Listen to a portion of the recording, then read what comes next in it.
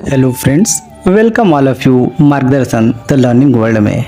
प्रस्तुत है नागरिक साथ घटना चक्र श्रृंखला का 29वां भाग। इस वीडियो में हम उत्तर प्रदेश माध्यमिक शिक्षा सेवा चयन बोर्ड, उत्तर प्रदेश लोक सेवा आयोग एवं अन्य परीक्षा संस्थाओं द्वारा आयोजित TGT, PGT, GDC, GIC, LT grade, net, set, JRF की दृष्टि से उपयोगी महत्वपूर्ण प्रश्नों को देखेंगे। यह वीडियो विशेष रूप से आगामी पीजीटी परीक्षा को ध्यान में रख के बनाया गया है। तो चलिए शुरू करते हैं आज का वीडियो। प्रश्न है, अल्पसंख्यक शब्द का प्रयोग भारत के संविधान के किस अनुच्छेद में किया गया है? आपके ऑप्शंस हैं आर्टिकल 28 में, आर्टिकल 29 में, आर्टिकल 29 और 30 में या केवल आर्टिकल 30 में। तो अल्पसंख्यक शब्द का प्रयोग संविधान के आर्टिकल 29 और 30 दोनों में ही किया गया है। संविधान का अनुच्छेद 29 अल्पसंख्यक वर्गों के हितों का संरक्षण एवं आर्टिकल 30 शिक्षा संस्थानों की स्थापना और प्रशासन करने का अल्पसंख्यक वर्गों का अधिकार संदर्भित करता है। अतः स्पष्ट है कि अल्पसंख्यक शब्द अनुच्छेद 29 और अनुच्छेद 30 दोनों में किया गया है।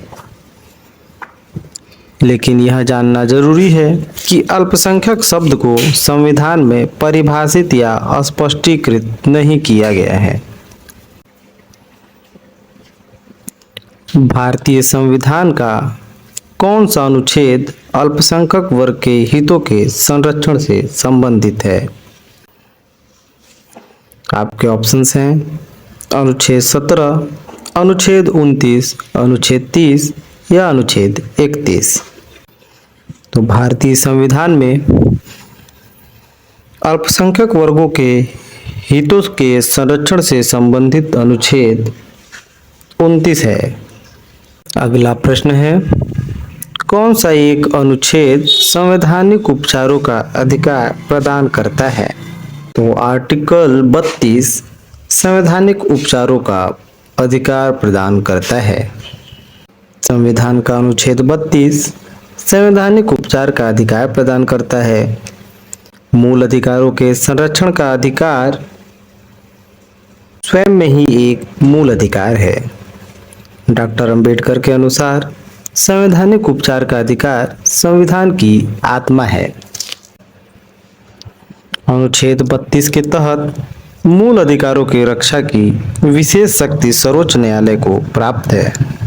इसके तहत सुप्रीम कोर्ट 5 रिट जारी कर सकता है: बंदी प्रत्यक्षीकरण, परमादेश, प्रतिषेध, अधिकार परीक्षा और उत्प्रेषण। बिल्कुल इसी प्रकार की शक्तियां उच्च न्यायालयों को भी आर्टिकल 226 के द्वारा प्रदान की गई है। प्रश्न है, भारतीय संविधान के अनुच्छेद 32 में कितने प्रकार के रिट हैं? तो आर्टिकल 32 में 5 प्रकार के रिटों की बात की गई है।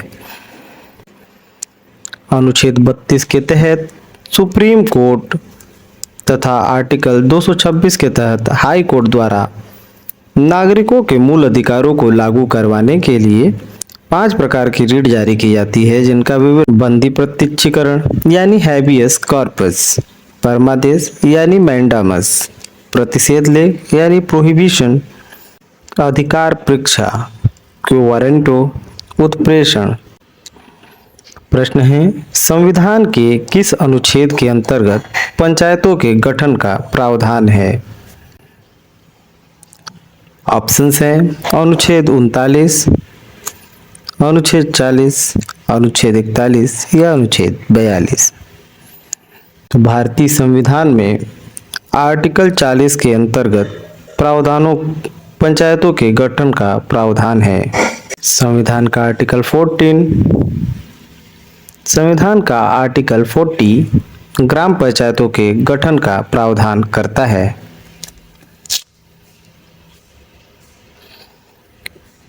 इसके अनुसार ग्राम पंचायतों का संगठन करने के लिए राज्य कदम उठाएगा और ऐसी शक्तियों और प्राधिकार प्रदान करेगा जो उन्हें स्वायत्त शासन की इकाइयों के रूप में कार्य करने योग्य बनाने के लिए आवश्यक होंगी।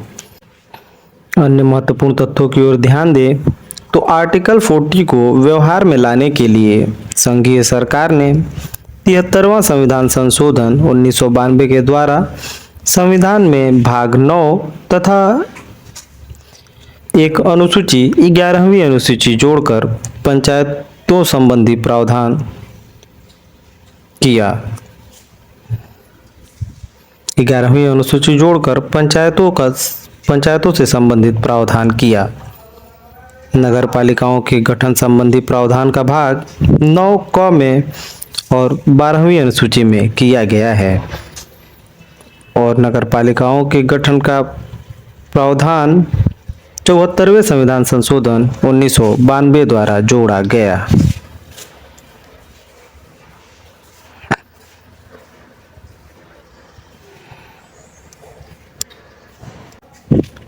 सन 2011 में 97वां संविधान संशोधन करके भाग 9 का स्थापित किया गया जिसमें सहकारी समितियों का वर्णन किया गया है।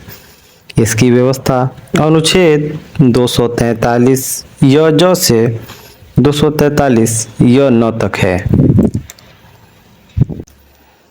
हमारे संविधान के किस अनुच्छेद में पर्यावरण का संरक्षण तथा संवर्धन उपबंधित है?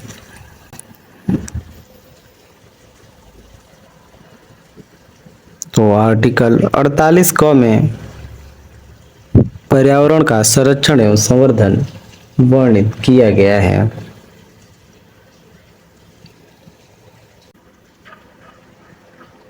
आर्टिकल 48 ए के अनुसार आर्टिकल 48 क के अनुसार राज्य देश के पर्यावरण के संरक्षण और संवर्धन का तथा वन्य एवं वन्य जीवों की रक्षा करने का प्रयास करेगा। आर्टिकल 48 के अनुसार राज्य कृषि पशुपालन को आधुनिक तथा वैज्ञानिक ढंग से संगठित करने का प्रयास करेगा। आर्टिकल 47 के अनुसार राज्य लोगों के पोषाहार स्तर, जीवन स्तर को ऊंचा करने तथा लोक स्वास्थ्य आदि को सुधारने का प्रयास करेगा। अगला प्रश्न है, भारतीय संविधान के किस अनुच्छेद के तहत राज्य को अंतर्राष्ट्रीय शांति और सुरक्षा को प्रोत्साहित करने की शक्ति है? तो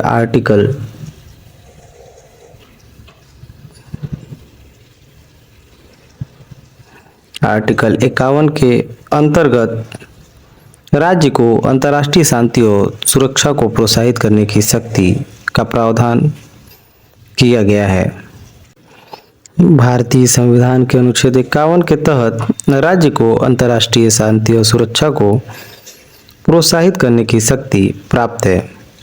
आर्टिकल 48 में कृषि और पशुपालन का संगठन, आर्टिकल 49 में राष्ट्रीय महत्व के स्मारकों, स्थानों और वस्तुओं का संरक्षण की गई है। आर्टिकल 50 कार्यपालिका से न्यायपालिका का पृथक्करण से संबंधित है। प्रश्न है, भारतीय संविधान का कौन सा अनुच्छेद अंतर्राष्ट्रीय संबंधों से संबंधित है? तो आर्टिकल 51 भारतीय संविधान का आर्टिकल 51 अंतर्राष्ट्रीय संबंधों से संबंधित है।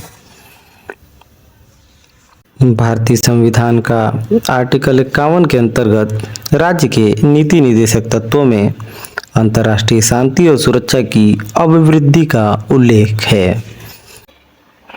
अगला प्रश्न है, कौन सा एक अनुच्छेद भारतीय संविधान में निर्दिष्ट भाग 4 के अंतर्गत पंच निर्णय के माध्यम से अंतर्राष्ट्रीय विवादों के समाधान को प्रोत्साहित करता है?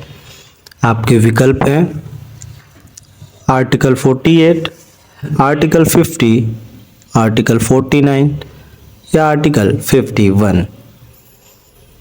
तो अंतर्राष्ट्रीय विवादों के समाधान पंच निर्णय के माध्यम से आर्टिकल 51 प्रोत्साहित करता है?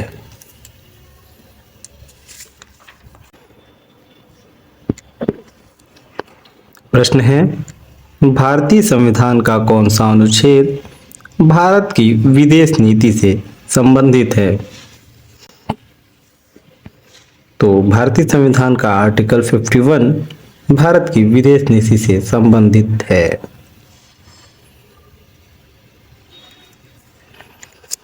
प्रश्न है, संविधान का कौन सा अनुच्छेद भारत की विदेश नीति से संबंधित है? आर्टिकल 51।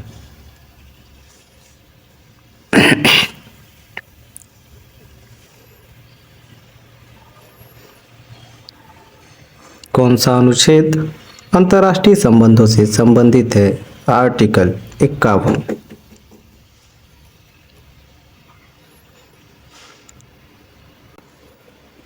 प्रश्न है, मौलिक कर्तव्यों का उल्लेख भारतीय संविधान के किस अनुच्छेद में किया गया है? ऑप्शंस हैं आर्टिकल 49, आर्टिकल 50, आर्टिकल 52 या आर्टिकल 51A। तो मौलिक कर्तव्यों का उल्लेख संविधान के आर्टिकल 51A में किया गया है।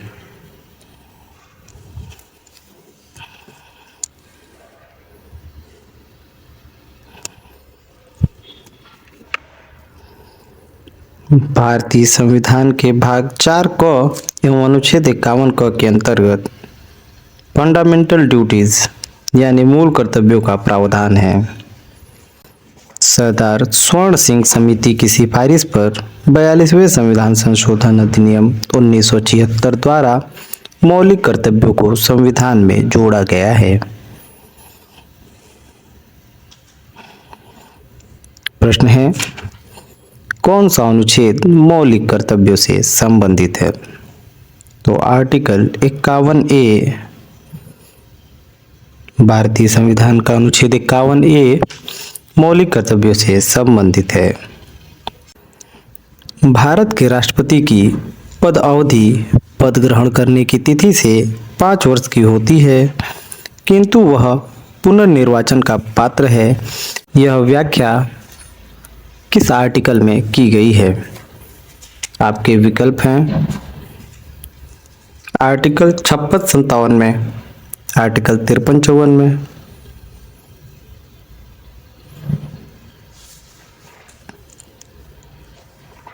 तो ये आर्टिकल 56 और 57 में व्याख्या किया गया है। आर्टिकल 56 के अनुसार राष्ट्रपति अपने पद ग्रहण करने की तिथि से 5 वर्ष की अवधि तक अपने पद पर बना रहता है। और आर्टिकल 57 में भारत के राष्ट्रपति पद पर पदस्थ व्यक्ति दूसरे कार्यकाल के लिए भी चुनाव में उम्मीदवार बन सकता है। हालांकि कोई भी व्यक्ति अधिकतम कितनी बार राष्ट्रपति निर्वाचित किया जा सकता है, इसके बारे में संविधान मौन है। अगला प्रश्न है, भारत के राष्ट्रपति पर महाभियोग की प्रक्रिया का वर्णन किस अनुच्छेद में किया गया है? तो आर्टिकल 61 में भारत के राष्ट्रपति पर महाभियोग की प्रक्रिया का वर्णन किया गया है। आर्टिकल 52 में भारत के लिए एक राष्ट्रपति होगा। आर्टिकल 57 राष्ट्रपति के पुनर्निर्वाचन के लिए पात्रता और आर्टिकल 59 में राष्ट्रपति की परिलब्धियां और उनके भत्ते उसके कार्यकाल में घटाए नहीं जा सकते। अगला प्रश्न है, भारत के राष्ट्रपति संविधान के किस अनुच्छेद के अंतर्गत मंत्रिमंडल की सलाह मानने को बाध्य हैं? ऑप्शंस हैं आर्टिकल 74, आर्टिकल 76, आर्टिकल 78 या आर्टिकल 80। तो आर्टिकल 74 के अंतर्गत भारत के राष्ट्रपति मंत्रिमंडल के सलाह को मानने के लिए बाध्य हैं। आर्टिकल 74 में ये प्रावधान किया गया है कि राष्ट्रपति को सहायता एवं सलाह करने के लिए एक मंत्री परिषद होगी जिसका प्रधान प्राइम मिनिस्टर होगा और राष्ट्रपति अपने कृत्यों का प्रयोग ऐसी सलाह के अनुसार करेगा। 44वें संविधान संशोधन 1978 द्वारा इसमें एक महत्वपूर्ण उपबंध जोड़ा गया जिसके अनुसार राष्ट्रपति मंत्रिपरिषद की सलाह को एक बार पुनर्विचार के लिए लौटा सकता है, परंतु पुनर्विचार के पश्चात दी गई सलाह के अनुसार कार्य करने को वह बाध्य होगा। तो उल्लेखनीय है कि अनुच्छेद 368 के अंतर्गत संविधान के संशोधन से अनुच्छेद 368 के अंतर्गत संविधान के संशोधन से संबंधित विधेयक या धन विधेयक को राष्ट्रपति अनुमति देने के लिए बाध्य होता है, वह उसे पुनर्विचार के लिए लौटा नहीं सकता। अगला प्रश्न है, संविधान के किस अनुच्छेद के अंतर्गत भारत का राष्ट्रपति संघीय कैबिनेट की सलाह मानने के लिए बाध्य है? तो आर्टिकल 74। राष्ट्रपति आर्टिकल 74 के अंतर्गत संघीय कैबिनेट की सलाह को मानने के लिए बाध्य है। प्रश्न है, भारतीय संविधान के किस अनुच्छेद में राष्ट्रपति को सूचना का अधिकार दिया गया है? आपके विकल्प हैं अनुच्छेद 52 के अंतर्गत, अनुच्छेद 61 के अंतर्गत, अनुच्छेद 78 के अंतर्गत। आपके विकल्प हैं अनुच्छेद 52 के अंतर्गत, अनुच्छेद 61 के अंतर्गत, अनुच्छेद 78 के अंतर्गत या अनुच्छेद 75 के अंतर्गत। तो राष्ट्रपति को सूचना का अधिकार दिया गया है आर्टिकल 78 में। आर्टिकल 78 के अनुसार प्राइम मिनिस्टर का यह कर्तव्य है कि वह देश के प्रशासनिक एवं विधायी मामलों तथा मंत्रिपरिषद के निर्णयों के संबंध में राष्ट्रपति को सूचना दे, यदि राष्ट्रपति इस प्रकार की सूचना प्राप्त करना आवश्यक समझे तो। अगला प्रश्न है, संविधान के किस अनुच्छेद में धन विधेयक संबंधित विशेष प्रक्रिया का वर्णन किया गया है? आपके विकल्प है आर्टिकल 105 में, आर्टिकल 215 में, आर्टिकल 109 में या आर्टिकल 249 में। तो धन विधेयक संबंधित विशेष प्रक्रिया का वर्णन संविधान के आर्टिकल 109 में किया गया है। आर्टिकल 109 धन विधेयक के संबंध में विशेष प्रक्रिया का उल्लेख करता है और धन विधेयक की परिभाषा आर्टिकल 110 में वर्णित है। संविधान का अनुच्छेद 109 धन विधेयक संबंधों में विशेष प्रक्रिया का उल्लेख करता है और धन विधेयक की परिभाषा आर्टिकल 110 में वर्णित है। अगला प्रश्न है, भारतीय संविधान के किस अनुच्छेद का संबंध वित्त विधेयक से है? आपके ऑप्शंस हैं आर्टिकल 260, 355, 109 या आर्टिकल 365 में। तो वित्त विधेयक का संबंध आर्टिकल 109 में है। प्रश्न है, धन विधेयक को परिभाषित किया गया है किस आर्टिकल में? तो धन विधेयक को परिभाषित आर्टिकल 110 में किया गया है।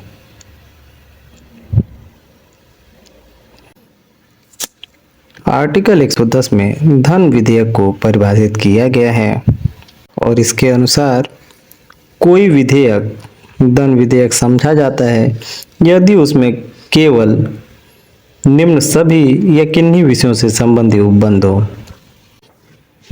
कोई भी विधेयक धन विधेयक है या नहीं, उसके लिए कुछ पैरामीटर हैं।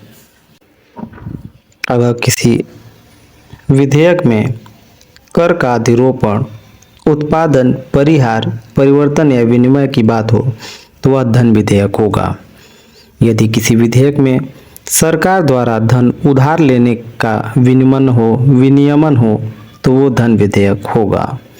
भारत की संचित निधि या आकस्मिक निधि में धन जमा करना या निकालना होगा तो ऐसे विधेयक धन विधेयक के अंतर्गत आएंगे।